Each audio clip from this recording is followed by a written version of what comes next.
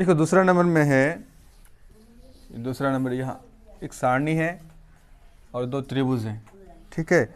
और इसमें देखो क्या बोला है, चित्र में बने दो त्रिभुज, त्रिभुज ए बी सी और त्रिभुज डी ई एफ और त्रिभुज डी ई एफ आपस में स्वर्गांशम दर्शाते हैं, तो निम्न चरणों के लिए रिक्त स्थानों को भरें। तो ए सी और एफ डी संगत भुजा, ये ए सी यहाँ से यहाँ तक की दूरी, ए सी और एफ डी, ठीक है, संगत भुजाएं हैं। ये वाला एंगल बी ए सी मीन्स ये वाला कोण और ये वाला कोण, ठीक है, दो कोण ये और ये दोनों बराबर होगा, संगत संगत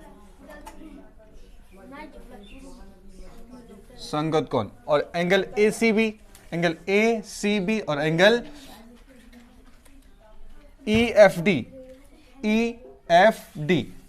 ये वाला कोण और ये वाला कोण, ये भी क्या होगा, संगत कोण होगा, संगत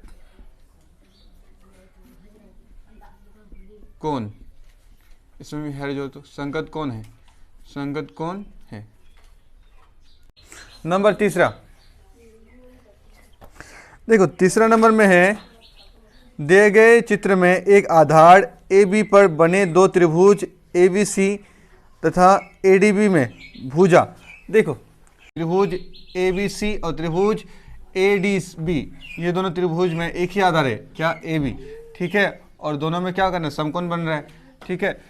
ए सी यहाँ से यहाँ तक की दूरी बराबर है कौन टू किसके बराबर है, बी डी के। तो यहाँ से यहाँ तक की दूरी और यहाँ से यहाँ तक की दूरी आपस में बराबर है, बी डी। और क्या दिया हुआ है, बी सी और ए डी, बी सी बराबर ए डी, बी सी बराबर ये वाला और ये वाला आपस में क्या है, बराबर है। और एक चीज और हम लोगों को दिख रहा है, क्या पता है, एंगल ए और एंगल बी आपस में क्या है, बराबर है। एंगल सी ए बी बराबर एंगल ए बी डी किसके बराबर है, 90 डिग्री है, ठीक है। तो ये आरएचएस स्वर्गांशता से त्रिभुज ए बी सी तथा त्रिभुज ए डी बी दोनों स्वर्गांशम होंगे, ठीक है। बोलिए ए बी सी लिए इसका, तो इसका हम लोग कर लें बी ए डी, तो ये तीसरा हो जाएगा, ठीक है। इतना ही आंसर, ठीक है।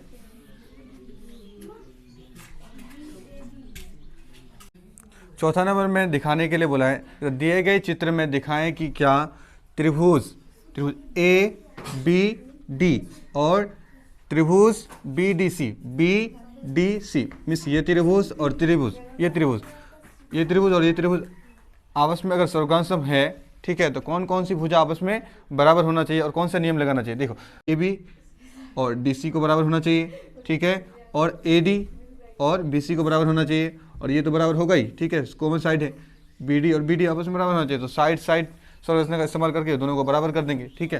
तो यहाँ पे लिख देते हैं ए डी बराबर, ठीक है, ए डी बराबर बी सी, उसके बाद ए बी बराबर डी सी और बी डी बराबर बी डी, ठीक है। तो भुजा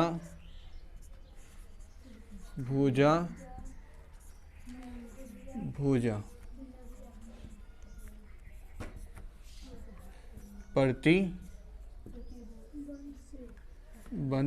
से, ठीक है, भुजा प्रतिबंध से। देखो 5 नंबर में कहता है दो त्रिभुज दिया हुआ है, ये और उसमें देखो ए बी दिया है 2.5 और डी दिया है 2.5 और इस त्रिभुज में ये वाला कोण दिया है 40 डिग्री और इस त्रिभुज में ये वाला कोण दिया है 35 डिग्री और ये वाला कोण भी कितना है 35 डिग्री। तो कह रहा है ये त्रिभुज ए बी सी और त्रिभुज डी ई एफ आपस में स्वर्गांशम होगा या नहीं, इसी चीज़ को दिखाने के लिए बोला है। तो हम देखते हैं, देखो किसी भी त्रिभुज को सर्वगाम सम होने के लिए उसका जो चार नियम है उस चार के नियम के अंदर होना चाहिए। तो इसमें हम देखते हैं कि किस नियम के अंदर आएगा ये। तो एक देखो दोनों कोण, एक इसका भी 35 डिग्री है, ये वाला कोण भी 35 डिग्री, एक चीज़ तो सेम हो गया। और ये इसका ये वाला भुजा और ये वाला भुजा भी क्या है, सेम है, दो चीज़ सेम हो गया। लेकिन और एक ठो अगर हम कोण समान करने, जैसे कि ये वाला कोण कितना है इसका 105 डिग्री, और इसका अगर हम लोग इसको 105 डिग्री दिखा दें, ठीक है, या फिर ये वाला कोण हम लोग 40 डिग्री दिखा दें, तो प्रूफ हो जाएगा कि ये दोनों त्रिभुज क्या है, एक दूसरे का सर्वगाम सम है। तो इस त्रिभुज में हम लोग देखते हैं, देखो और एक चीज़ और हम लोग जानते हैं कि त्रिभुज के तीनों कोणों को अगर हम जोड़ेंगे तो कितना होता है, 180 डिग्री होता है, ठीक है। तो ये वाला कोण, ये वाला कोण और ये वाला कोण को अगर हम लोग जोड़ेंगे तो कितना होगा, 180 डिग्री होगा, है ना, कितना 180 डिग्री होगा। तो अगर हम 180 डिग्री में से अगर इन दोनों कोण को घटा देंगे तो ये वाला कोण मेरा निकल जाएगा, कितना होता है, ठीक है। तो एंगल डी बराबर कौन से त्रिभुज में, त्रिभुज देखो त्रिभुज DEF में, ठीक है। पहले इसको भी निकाल लेते हैं, इसमें भी निकाल लेते हैं कितना होता है, ठीक है। तो त्रिभुज DEF में, है ना, तो त्रिभुज DEF में कि त्रिभुज की तीनों कोणों को अगर जोड़ेंगे कितना होता है, 180 डिग्री, मतलब एंगल D जोड़ एंगल E जोड़ एंगल F बराबर कितना होगा, 180 डिग्री होगा, ठीक। तो एंगल D का मान हमको पता है नहीं, एंगल D ही तो रख देते हैं, और E का मान हमको पता है कितना है, 105 डिग्री। E का मान कितना है, 105 डिग्री, और F का मान पता है हमको कितना है, 35 डिग्री, ठीक है, बराबर कितना हो जाएगा, 180 डिग्री। सिर्फ एंगल D रखते हैं इस बार, 180 डिग्री, और इन दोनों को जोड़ो कितना होगा, 5 और 5 10, देखो उस पार भेजेंगे तो माइनस में हो जाएगा, 5 और 5 10 का 0 हासिल 1, 3 और 0 3 और 1 4, ठीक है, और लास्ट में 1 बचा, तो 140 घटाएंगे कितना होगा बता दो, 180 में 140 घटाएंगे कितना बचेगा, सिर्फ 40 डिग्री बचेगा। ये वाला कोण कितना निकल गया, 40 डिग्री, कितना 40 डिग्री, ठीक है। तो दो कोण आपस में क्या हो गया, इसका भी और इसका भी, दो कोण आपस में क्या हो गया, बराबर हो गया। तो ये भी, ये कोण भी कितना होगा, ये कोण भी अगर निकालेंगे तो ये कोण भी कितना होगा, 105 डिग्री होगा, ठीक है। तो दो कोण आपस में बराबर हो गया, एक भुजा भी आपस में बराबर है। तो हम एंगल साइड एंगल प्रतिबंध का इस्तेमाल करके दोनों त्रिभुज का सर्वगाम सम कह सकते हैं, ठीक है। कोण भुजा कोण प्रतिबंध से त्रिभुज ABC सर्वगाम सम त्रिभुज DEF, है ना। तो कोण भुजा कोण प्रतिबंध से क्या हो जाएगा, त्रिभुज ABC सर्वगाम सम त्रिभुज DEF, ठीक है। तो यही चीज को दिखाने के लिए बोला था, त्रिभुज ABC सर्वगाम सम त्रिभुज DEF होगा या नहीं होगा, तो होगा। कौन सा नियम से, कोण भुजा कोण प्रतिबंध से हो जाएगा, ठीक है। बस इसको उतार लो। नंबर में क्या कह रहा है, देखो दो त्रिभुज है, उसमें भी कहता है भुजाओं को माप कर लिखिए। ये जो त्रिभुज है इसकी भुजाओं को माप कर हमको लिखना है, तो हम लोग बना लेते हैं इसको। यहाँ पे जो दिया गया ना, ठीक है, इन दोनों त्रिभुज की कहता है यहाँ से यहाँ तक की भुजाओं को मापना है, यहाँ से यहाँ तक की भुजाओं को मापना है। किताब में देखते हैं माप के कितना होता है, ठीक है।